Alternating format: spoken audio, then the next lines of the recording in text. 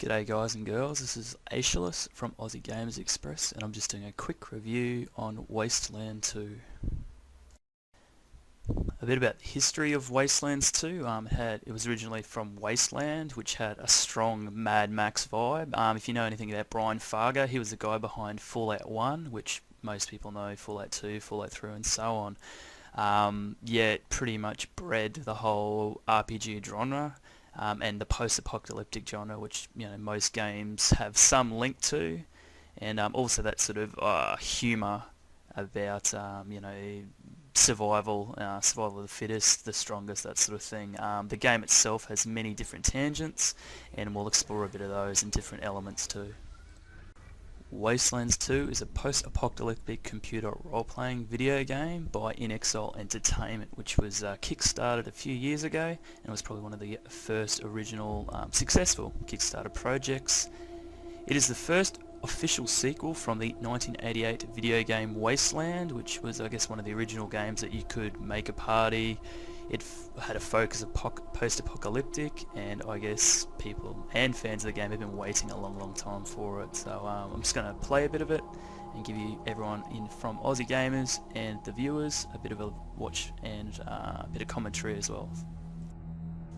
Now my game here, I've already had one playthrough that probably took me close to about 50-60 hours, so all my characters are veteran, but yeah, and that's so that players and fans of the game can have another playthrough. The latest update was about 2 gigabytes, which fixed many of the issues, if you could call them that, but also added content, so fixed quests, added quests, and gave more play value. So, and I've already noticed a few things of another playthrough that I'm doing, where things that weren't in the original, I guess, upload, and now they're because of this update. So at the moment I'm just doing some basic class building just to give everyone a bit of a view. As you can see, you've sort of got your statistics, weapons, general skills, and then I guess more advanced skills. So you can build your medic class, your sniper class, add some speech skills, knives, heavy weapons, energy weapons, that sort of thing. I have found in the game there's a fair amount of computer science, so you need to use your computer skills, surgery, even beyond healing, so there'll be a few times where you've got to, someone else is injured, or you'll have maybe a plant that's captured someone and you've got to try and free them, and they require a steady hand. So yeah, and the odd probably another skill, alarms, so disarming alarms, just because you're always finding a treasure chest or some locked away treasure or loot, and yeah, you can't quite get to it, so it's definitely a skill you will need in the future. There you go. Yes, call in on your voice on those. So the basics of it was that, just to rush it through a bit, I was given a mission to find a guy named Ace. He's missing.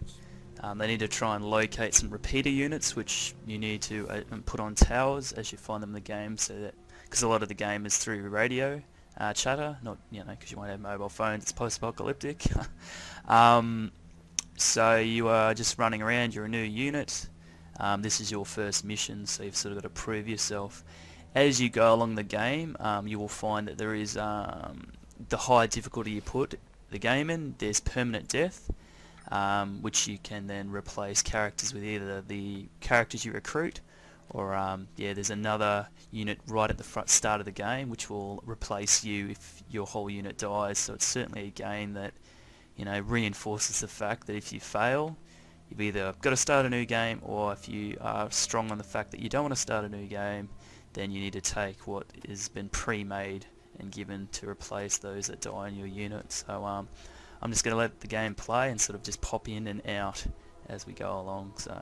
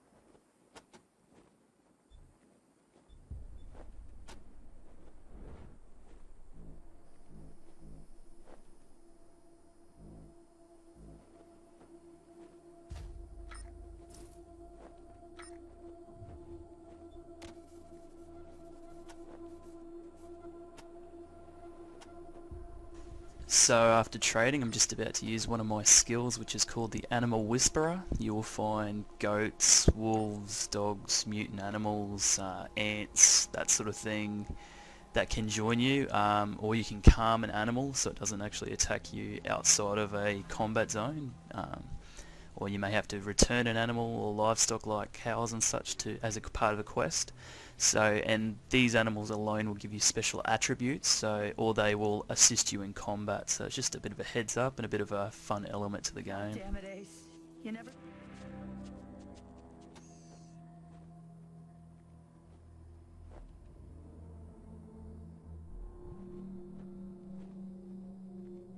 Sorry about the waterworks. I'm still pretty broke up over Ace. So as you can see, this game is very text-based with some voiceover work, so I'm just, for the sake of it, rushing through it, because if I sat here there'd be a good 30 minutes, 45 minutes of just reading. It's pretty high quality text, so I guess for those that are big into RPGs, using your imagination, that sort of thing, finding out additional information, you'll see words that are in different coloured writing that you can investigate. Sometimes they won't give you the option of selecting them. You have to physically type the option in to show, I guess, for the secret nitty-gritty bits, niche bits that necessarily you'd sort of look over and not actually focus on, which can lead to different quests and better awards, because I guess yeah, it's something the developers have thrown in as a bit of, well, not Easter egg, but you know, a bit of additional for stuff for the fans. So here's sort of your map, as you will. You're sort of looking around, showing bits of radiation you don't want to walk into until you've upgraded your radiation suit, and you're sort of following what the radio chatter, the quest markers, that sort of thing, where you need to go. In most RPG sort of games, you will find you will get attacked and that sort of thing as you go along, and you can avoid those conflicts.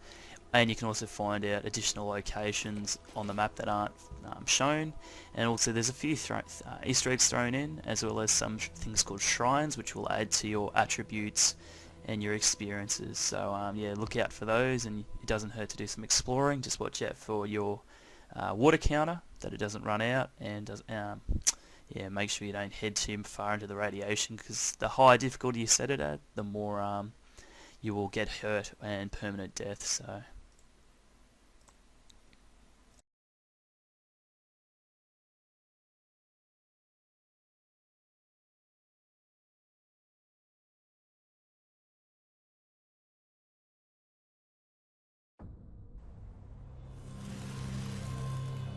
Ranger Team Echo, this is Ranger Command. Come in. Roger, Echo 1. Remember, your main priority is to recover the repeater units Ace was carrying. Until now, Woodson's been our dispatcher. Don't let that make you self-conscious. It is vital that all teams stay in radio contact with me here at the base. We get distress. 10-4, Echo 1. Carry...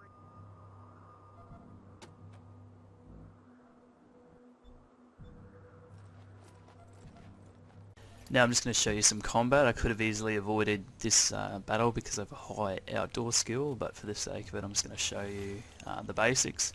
I've got a sniper class, a heavy weapon class, a assault rifle and handgun with a bit of an SMG as a secondary, and that's just my own choosing. You can have a class with all snipers, you can have a whole melee class. It's really what you prefer. I just find it's always nice to, because ammo is so scarce, you know, just to always have one of everything, so that if you do run out, you can always go back to your secondary, or you know, you're not having to, everyone's not always using the assault rifle ammunition there. You know, there's plenty for everyone. So yep.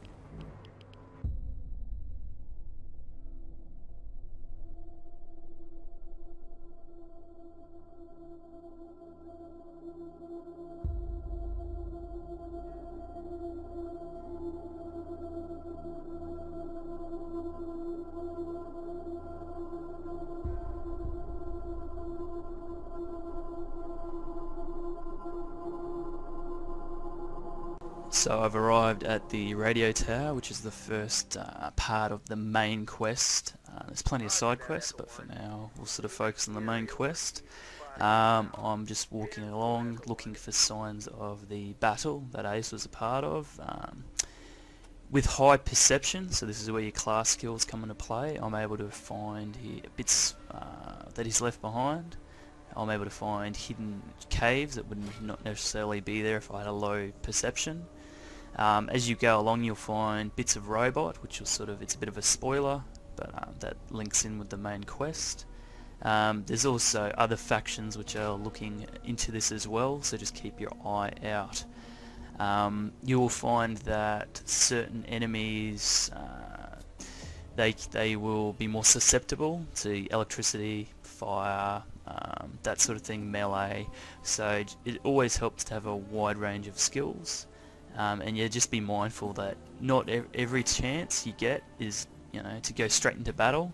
You can talk your way out of things, you can bribe, you can find other alternatives, and you'll find that as the game goes along that not everything is to dive straight in and go for it. I've found certain choices that I've made in missions. I like to save my game and try and play different paths, but I've found that I've picked a path and it wasn't until 4 or 5 hours down the track that I've actually found the reward or the consequence of that choice. So it may be that one group says, oh please don't tell Ranger HQ that we're hiding out here, and then you get back to Ranger HQ and you just go, hey, there's some secret robot society or some hidden mutants just around the corner. And then down the track they won't help you. It could be a consequence that oh, we're not going to back you up in the final battle, or they may turn around and say, oh, we're glad you did, in the end it wasn't so bad. So just be mindful of that you might think, oh cool, I can steal this crate, no one's looking. Down the track they'll go, hey, you desert rangers, you're thieves, now we're all gonna try and kill you. So just be mindful.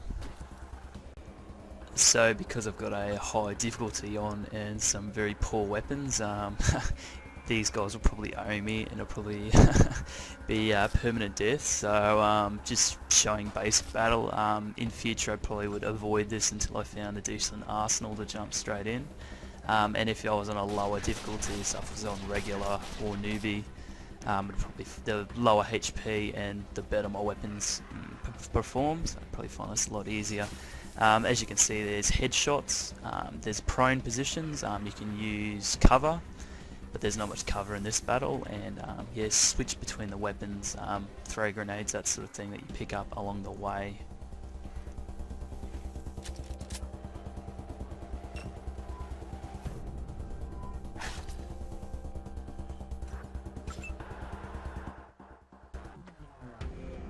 So listeners, I'll probably leave it about there. You'll find as the game progresses you'll come along across a lot more factions, a lot more groups, and a lot more joinable NPCs, monsters, animals, barbarians, that sort of thing. So yeah, just be mindful. The game's very enjoyable. If you're into something that has a lot of replay value and a lot of content, this is certainly the game to look into. Yeah, it's its own sort of general niche. It's not for everyone, and I understand that. It's very much an RPG with strategic elements. By the end of it, your choices that you make will affect you. It won't be a simple blue, red, green button at the end of it. It'll everything that you do across the 40 to 50 hours that I put into it, I found it affected throughout the game and also at the end of the game. So I'm certainly going to do another playthrough and see where it ends. So guys, thanks for listening today. I know it's short and sweet, but it's my first review, and I hope you enjoy it. I'd probably give this a 4 out of 5 stars, but it is something that is always being upgraded by In Exile. It's always being added to, things are always being fixed. So my first playthrough I found no issues, but they've also found certain things to make it more optimal for the final product. So certainly look into it. It's on Steam. I think it's only going for about 40-50 bucks. I got it on Kickstarter when it was only 20. So yeah, certainly looking at Exile. If you're a fan of Fallout, if you're a fan of the Wasteland original series, and if you're a fan of just checking out something new, certainly get into it. So thanks for listening, guys. I hope I wasn't so boring, and hopefully in the future I'll do a few more of these reviews. So thanks, and be sure to check out Aussie Gamers if you're a fan, and also check out the podcast. Like us on Facebook also. So thank you, guys. Ageless out.